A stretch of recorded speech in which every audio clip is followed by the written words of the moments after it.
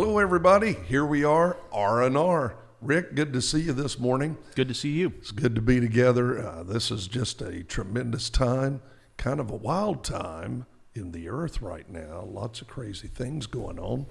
But we're here. We've been doing these podcasts, just really visiting around the issues of law enforcement, what's happening in the earth, but to really try to be an encouragement to men and women who do this great job every single day of their lives, willing to sacrifice everything. And man, I'm excited about what we're going to share and just talk about today, hang out a little bit. Hey, sip a little coffee. There you go. Cheers to you. Cheers to you. Thank you. So I'm really excited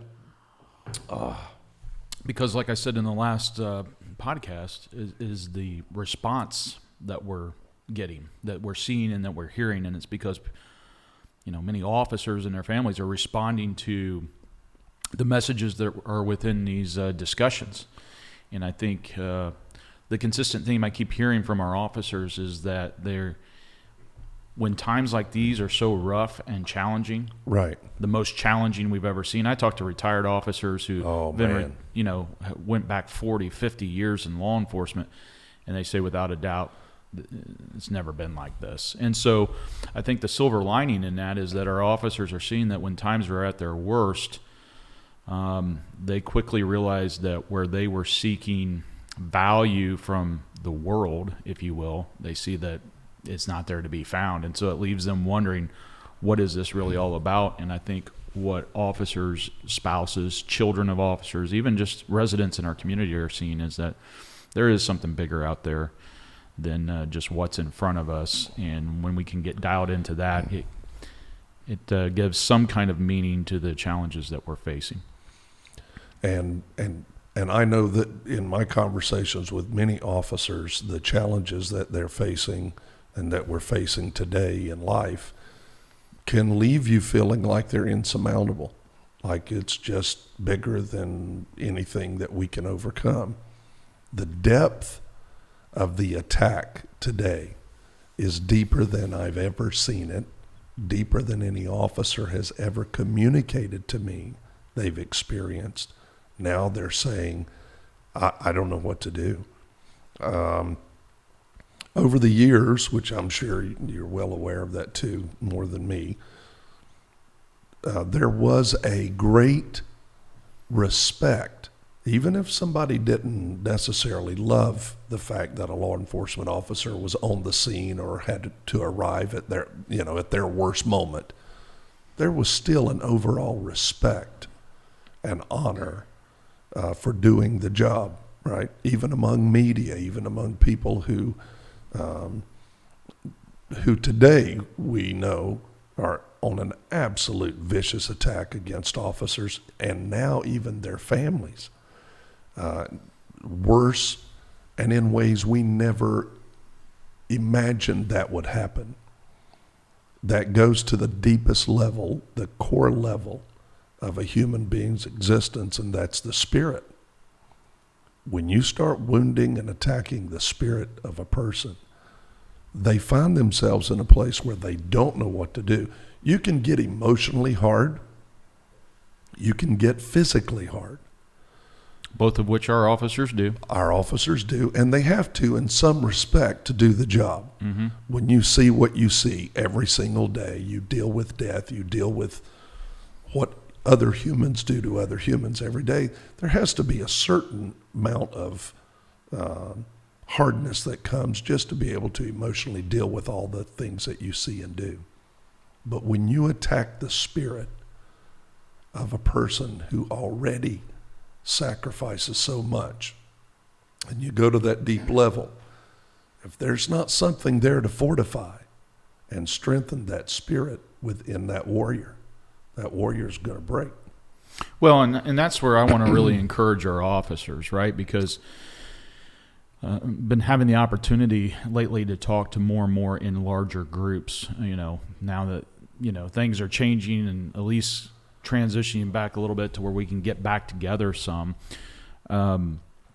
it's given the opportunity just to remind our officers that, listen, again, when things seem to be at their worst, it's going to strip you down, and it's going to reveal what you're made out of. That's right? And like you were just saying, it'll ultimately dig down into the spirit. Well, what's good in that is it'll reveal where you are in your spirit life. That's right. That's right.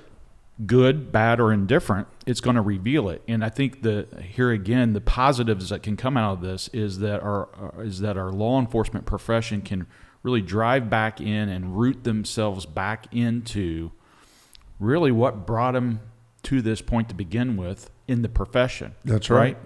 Officers are sometimes surprised when they learn, just like we were talking about in the last podcast coming into this one, that the Word of God tells us that they are chosen. They're chosen for this. They're called to it. They're called and chosen. And that's what we were talking about, which is, our officers often will tell you that they were called to this profession. We ask them, who is it that does the calling? But what we really left off with last time is, when officers are being told who they are, what they do, and especially when it doesn't align with what they know the facts are, I just always encourage them to really ask this question, according to who? Yeah. And if you drive back into what people say about me, my sisters and brothers in law enforcement, my family, what we do, but according to who? And when you start looking at who is saying what, you quickly see that's what is most important, is that the creator of everything that exists called you to do this, not job, but calling. He called you to fulfill this calling upon your life. There's a security in that, because it plants you back into the middle of the truth about who you are and why you do what you do. Well, it's the bedrock. There you go. It's the bedrock. If you're going to build a house, you don't want to build it on sand. Actually, there's even a story in the Bible where Jesus says, there's a man that built his house upon the rock and one that built his house upon the sand. Both built houses. Both did the same they were both house builders. They knew how to do it. However, one established the foundation and found bedrock, right, for his foundation. The other built his on the sand. During peaceful times, when everything's perfect and wonderful, both houses stood. The one that remained after the storm and during the storm, and there are going to be storms of life, and oh my. Are we in the storm now? Are we in the storm now? The one that remained was the one that was built upon the rock. So you have to go to the core of your belief system and your faith and understand that if it's not founded on the rock, which again, one of Jesus's titles is the rock of your salvation. If you don't go to the core rock foundation of your life, or if you go there and you find that it's just shifting, sifting sand, right? You just kind of, whatever somebody else says, you kind of shift that direction. That's what sand does. It's little pieces of glass almost, or little tiny pebbles, and it shifts. It can shift with the wind. It can shift with the tide. It just moves in and out. Yeah, let me speak to that for a moment, because, I see it all the time. I've lived it, right? Many of our officers, right, they finally get their legs up underneath them in the job that they're doing. They start to build some level of confidence. They also start to get some kind of a steady stream of income and whatnot. And then we quickly see officers start to say, hey, they judge their existence and their success in life, right, or family life, based on the toys they can obtain and the great vacations they want to take. And, I see it all the time. I see guys that over leverage themselves and buying the latest, greatest, truck and with the lift kit in it, and they got the motorcycle in the garage. They've got the home that they really cannot afford. They're working more part-time off-duty employment, trying to make it all come together and what they eventually realize is, try as you might, this world can't offer you the things that are going to truly satisfy your soul. And when I see officers have, right. And I keep talking about officers, what I found myself is, the more that I poured the worldly things in, trying to fill this hole in my being, right? To fill that sense of satisfaction, if you will, in life, value, what it is that I'm here for, you find that you're just pouring into a vessel that will remain empty until you start filling it with this stable thing, right? Which is, again, what we're talking about here, right? A biblical perspective on policing, and quite frankly, unapologetic about it. Absolutely. That we want to take the opportunity to point the peacekeepers to the Prince of Peace, the one who this whole book, the Bible, is all about, who the Bible spends time telling you, what's coming, who's coming. Right. Then it tells you that he's here. Then it tells you that he's coming back. And what do you do in preparation before that? When we talk about officers being called and chosen, see, a lot of times officers who are maybe young officers fresh on, or maybe a hardened officer who has seen so many things, they have difficulty wrapping their heart around that, because they didn't have this big light that came shining into their bedroom and a voice or angel choir singing, and so they look at those type things as, well, I didn't have that. Yet you and I have talked many times about that deep inner voice that they knew that this was what I was supposed to do. Moses in the Bible, Exodus, he led God's children, Israel, out of Egypt, out of slavery. He had a burning bush experience, right? He had an epiphany. I mean, when you look at a bush, it's burning, yet it's not burning up, but it's on fire, and a voice speaks to you. That's a pretty cool deal. It's on fire and not being consumed. Yeah. Right? We would probably put that in our diary, I'm pretty sure. Make a note somewhere on our iPad or our phone. I saw a bush burn today. It wasn't consumed. That's something that as an officer you get put in the CAD, right? Yeah, you mark the run. That's right. You mark that run quick. That's a story to be told at sitting around the table for sure at your officer breakfast meeting. But some officers that I've spoken to, they've had moments like that. They knew they were called and chosen to do what they do. Sure. Because they had a moment where they'll tell you, it's like a voice from inside of me said, you have to do this. Now they battle, well, I was told I had to do this, but really, to see all these things and deal with all this stuff all the time, you got to get back to that. Here's what I find. Many times officers forget that they were called. They forget that as they move along the way in their career. You got to get back to that. That voice was the foundation. That's back what to got basics. it started. Back to basics. Why do you do what you do? What made you do that?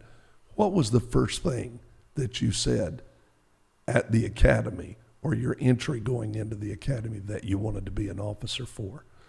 All the things that involves moving forward can alter or change the eye of why you said you wanted to do what you started out doing. There's another guy in the Bible, his name was Jeremiah. He was called from birth, actually. God speaks in Jeremiah chapter 1. He says Jeremiah was a prophet. That's the Old Testament. It's a book, and the whole book's written about him. And God says to him, I knew you before you were formed in your mother's womb.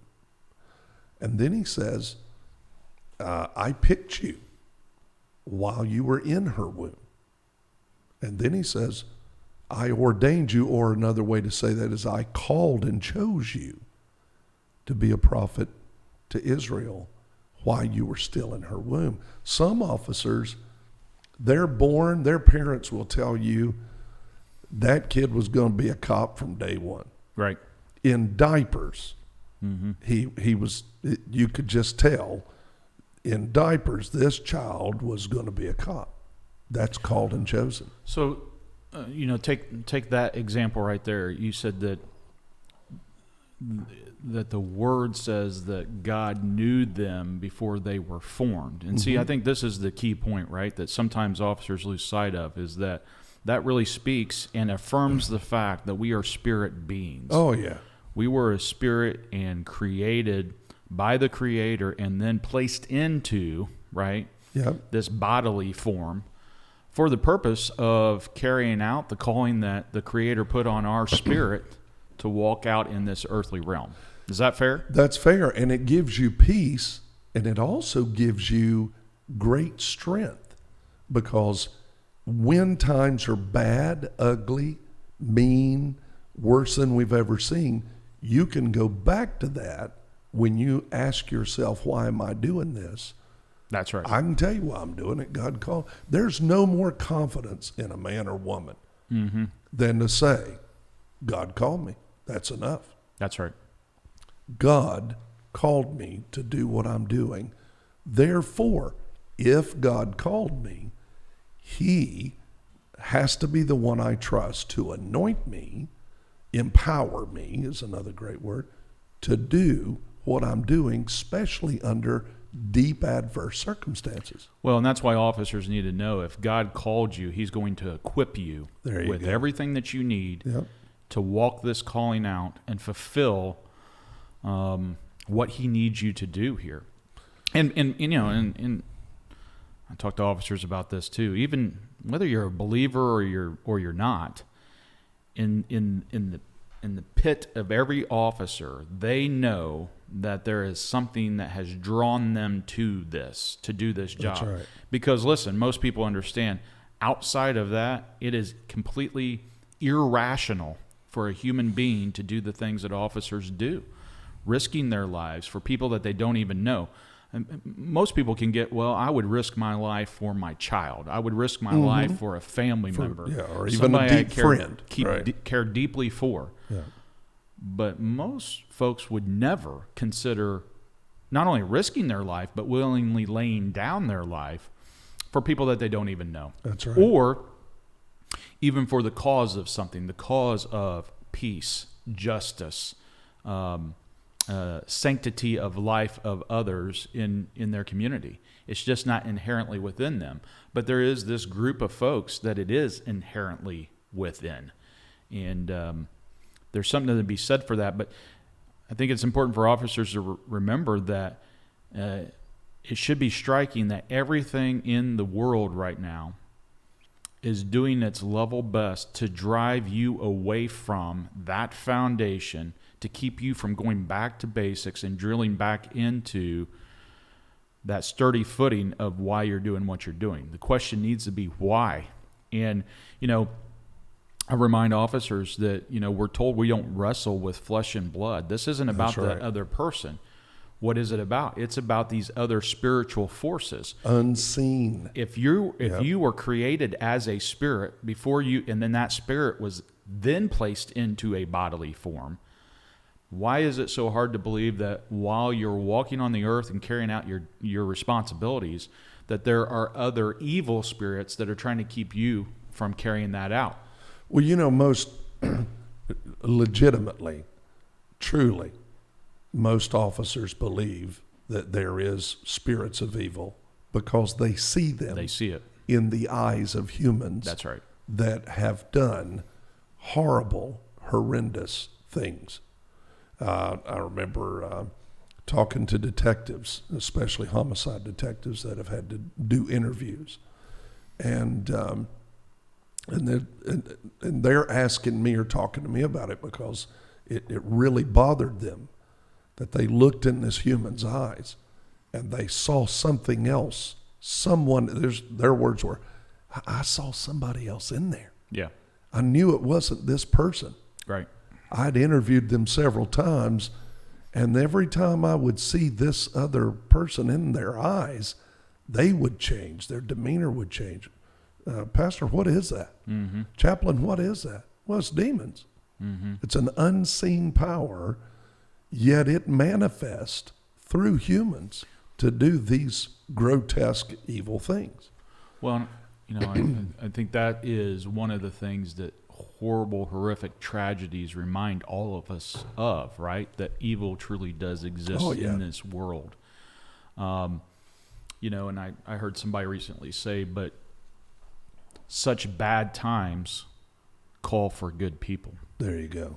And again, who does that calling? There you go. Right? And if you've been chosen to do this job, I hope that the Remnant Revealed, these discussions help those folks drive back to their foundation and stand strong in the middle of the storm. Because everything is critically dependent on them being able to do that. But here's the key.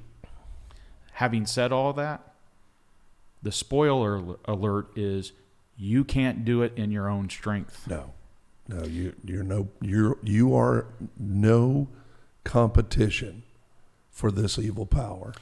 That's right. And on your own. That's it. In the flesh. And invariably, every officer they stumble upon that discovery. Right. And that's where officers get either completely disillusioned. That's right. Because they suddenly realize, I can't do this by myself, right? As good as I thought I was, as tactically sound as I think I am, as much as I tried to prepare my mind for the things that I may see, I can't do this alone. You get overwhelmed. And so at that point, officers are really faced with the proverbial fork in the road, right? Are you going to go down the path of just being disillusioned and being another victim, falling victim to this profession? Or are you going to drill into what really is the foundation of why you're here and what you're called to do? And when we see officers doing that, we see miraculous moves of God that occur through them that take our communities back and fight back the evil one that exists in this world. Well, they take communities back, families back, their family back, their marriage back. Even in their own personal lives, you see great change. That's right. You can hide.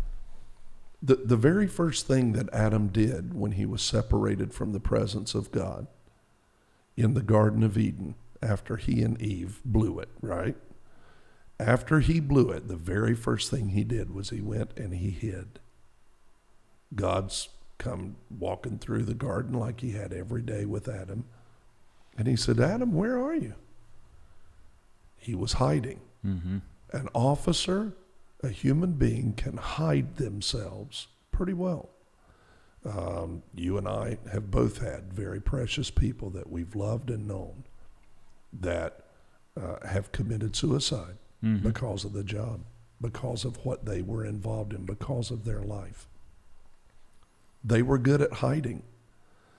People were concerned, but nobody believed or thought they would do what they did.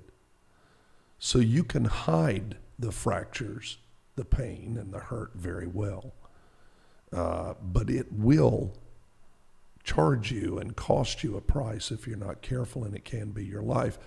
I think one of the powerful things about R&R is that our voice, you and I talking and sharing, is really the voice of God speaking to men and women to say, you don't have to hide the pain. There's an answer to it. We know you're tough on the outside. We know you're tough mentally. But you also have to have that foundational stability rock on the inside to withstand the kind of pressure.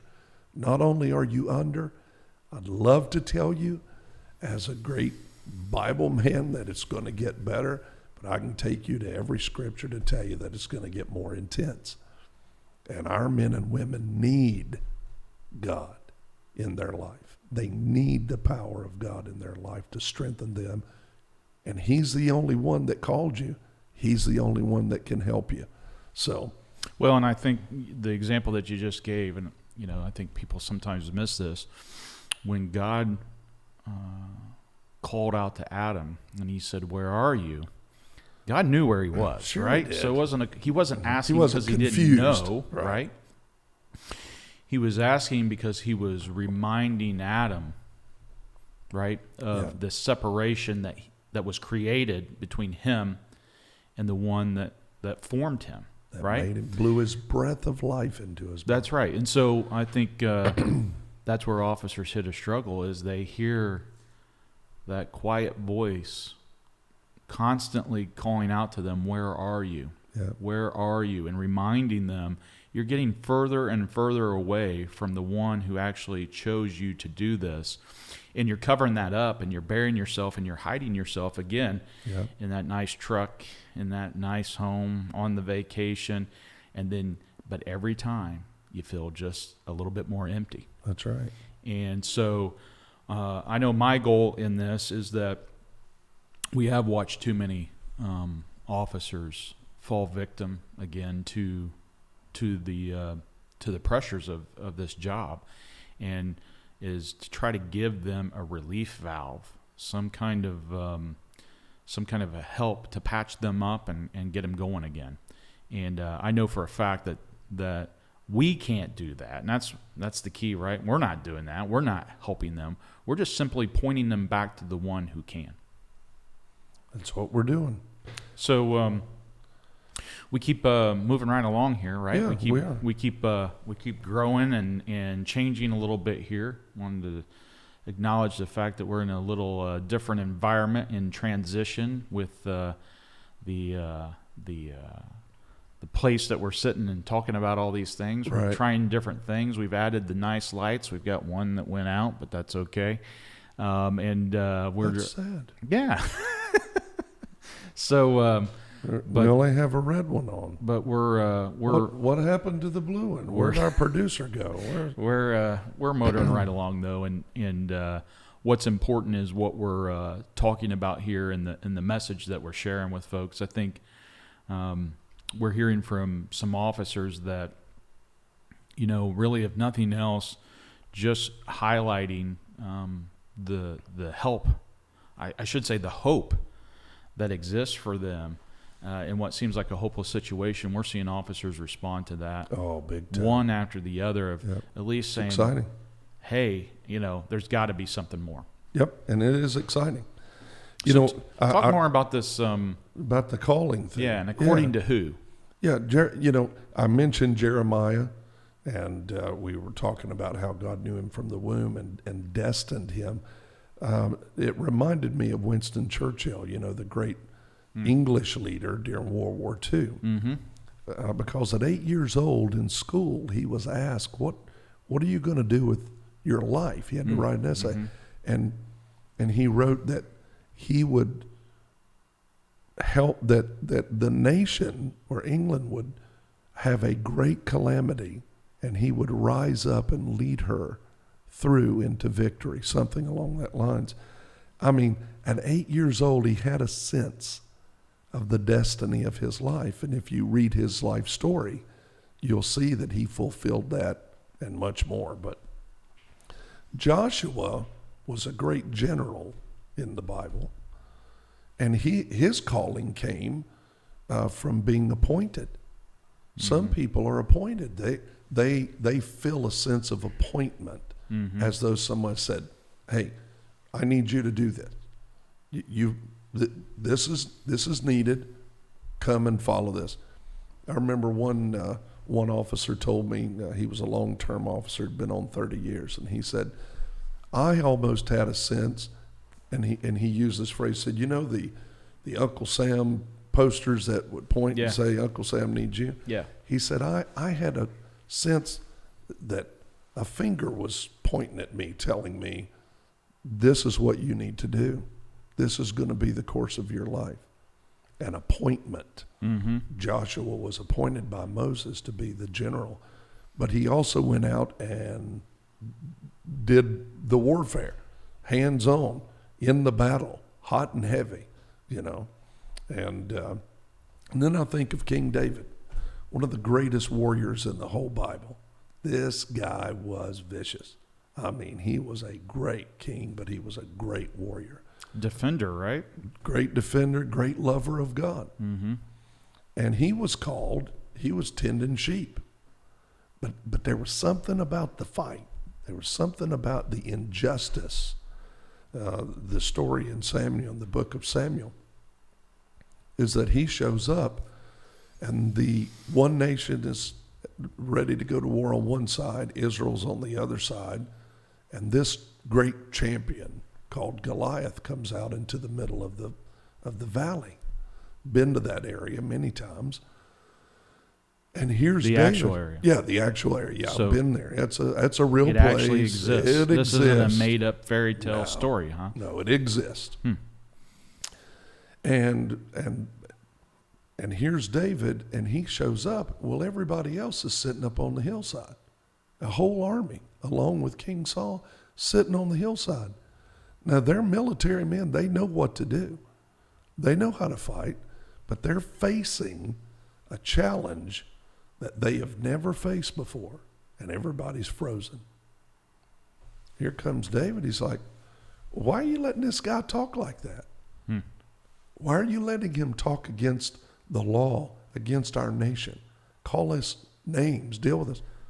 I'll go take care of business. So he is called by God, but he has a sense of the injustice of this challenge that is being railed against them, railed against their nation.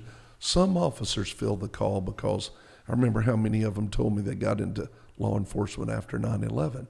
Right. Because that moment of such devastation, they're like, hey, That can't stand. military men and officers have told me I had to go. Yeah. I knew in my heart that was my call.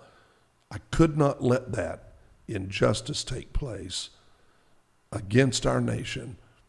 I could not stand and allow other people to be wounded, hurt, and battered. I knew I had to be a part of doing something about it, being a part of a team that would do, a part of a brother that would do something about that. They answered that call. That was their moment. That was their time of call. I've been sitting with officers just asking them, hey, what did you say? What were the words that you said when you went to the academy? Almost all of them have a story to tell about that, but also it makes their face change. If they're sitting with you and they're looking kind of gruff or kind of ill or depressed or whatever, all of a sudden their face softens and changes when they start remembering that call. Mm-hmm. The disciples, not only were they called, but they were chosen. Now, Jesus walked by. These guys are doing a whole different career. You got fishermen, IRS agents. I mean, you got, tax collector. Tax collector, yeah. You have a zealot. He's kind of a underground military guy at that time. You have all these men that Jesus walks by, and he calls and he says, hey, you come follow me.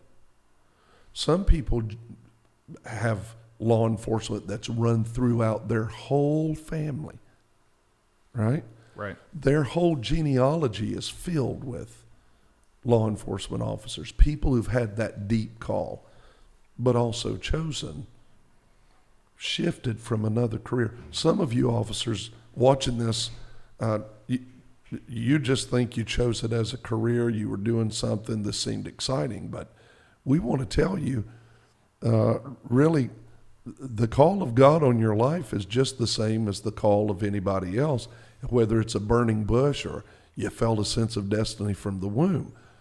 You don't do this job without a call and survive it, period. That's right. You can't. The pressure, the tension, all the issues of life, the human existence doesn't have the strength to uphold and stand under that without having a deep sense of call.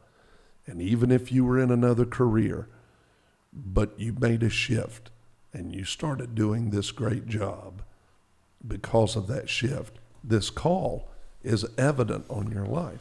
Well, so you got to get back to that. You have to. And I think what's important to remember is you can go back to this book, as we've been talking about, and talking about how to work through it. When sometimes, all the time, what is great about it is that it reminds you that something that was written maybe even thousands of years ago applies to you as though Still it was relevant. written directly to you Still for relevant. today. Yep.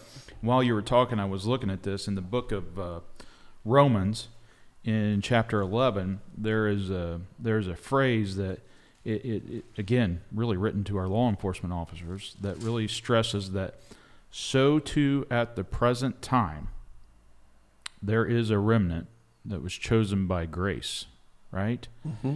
And what that's saying is you're not here by accident.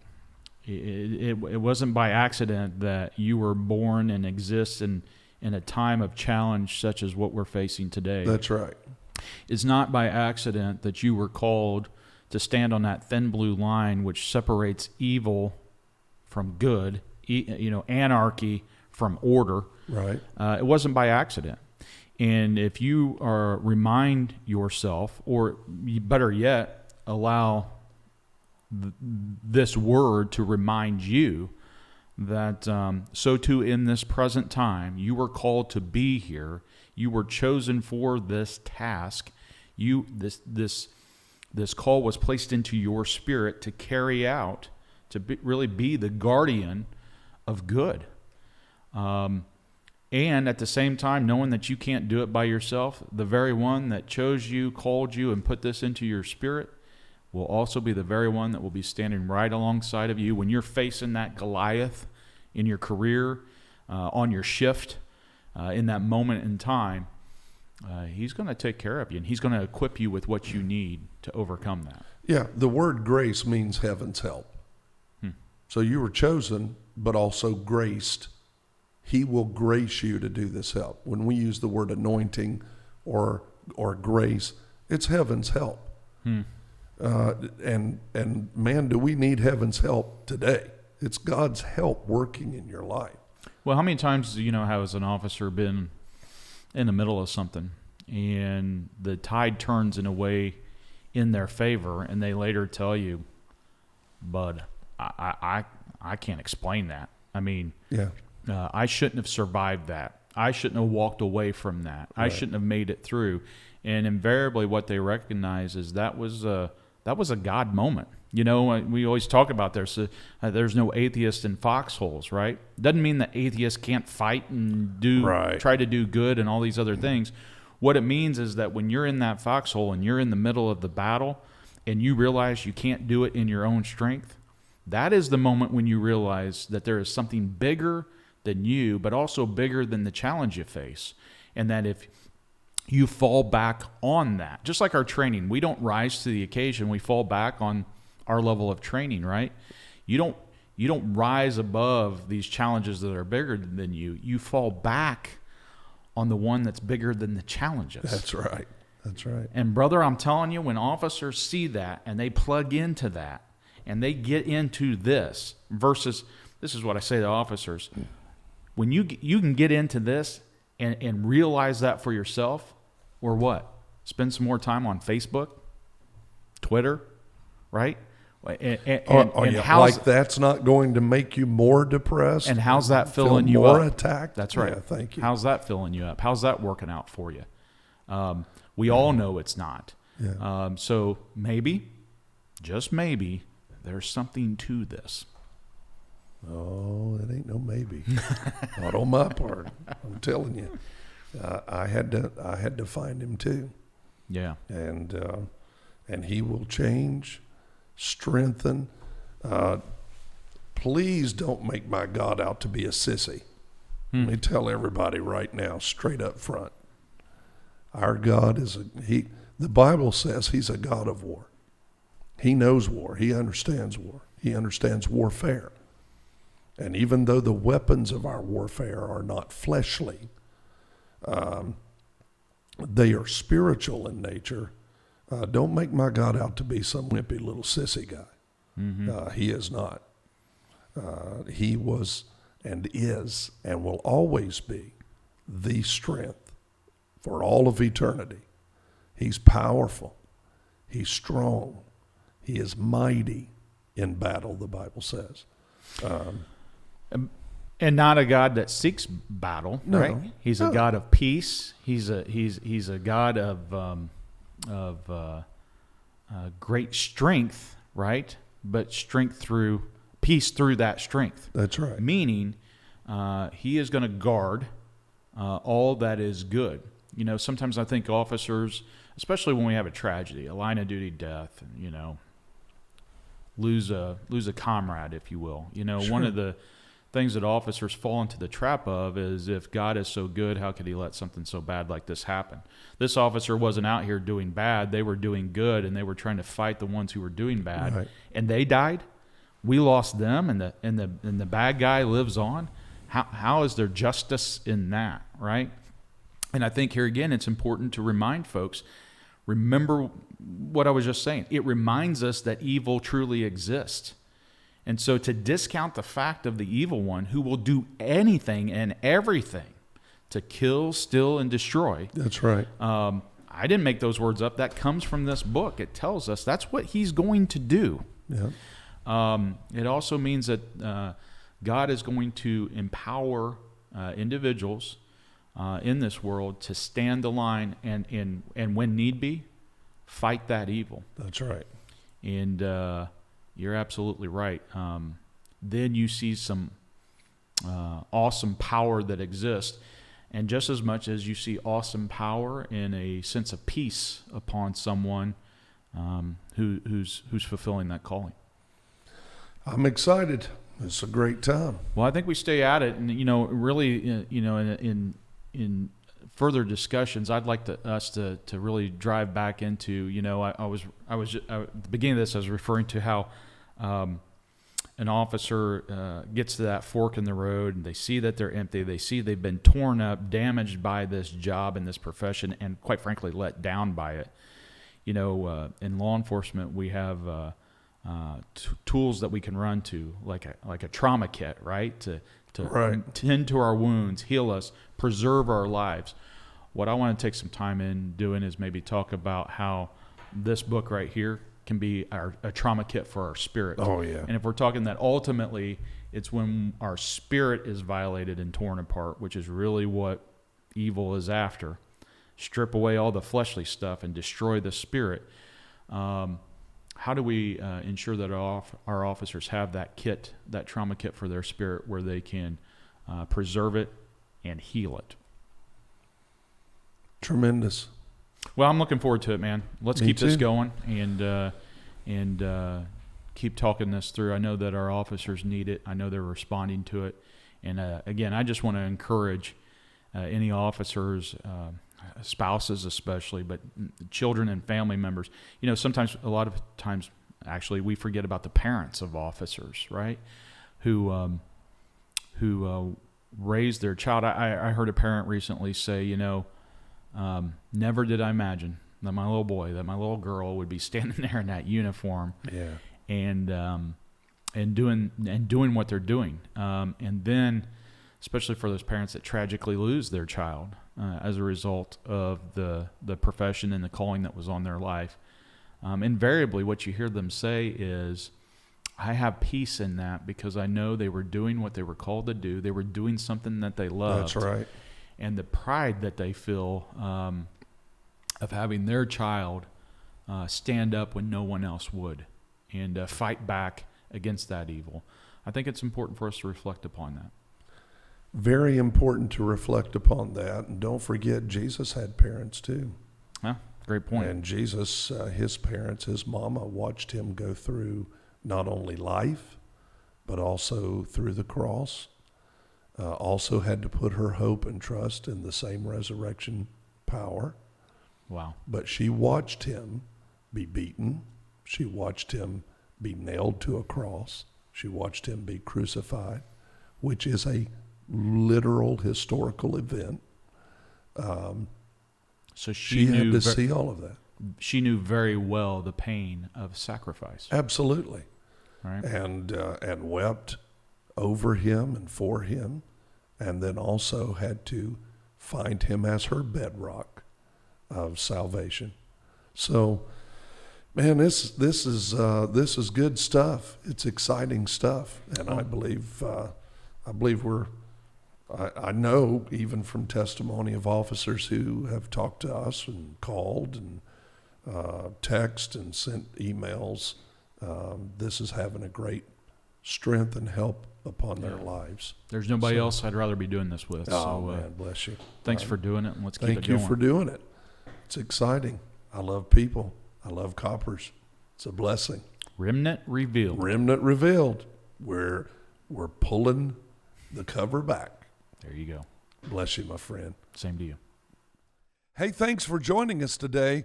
Rick and I trust that you heard something that will help your life. And if you believe that it would help others, please make sure and share. Like and subscribe and hit that bell so that you can be notified when the next podcast is available. God bless you, and we'll see you soon.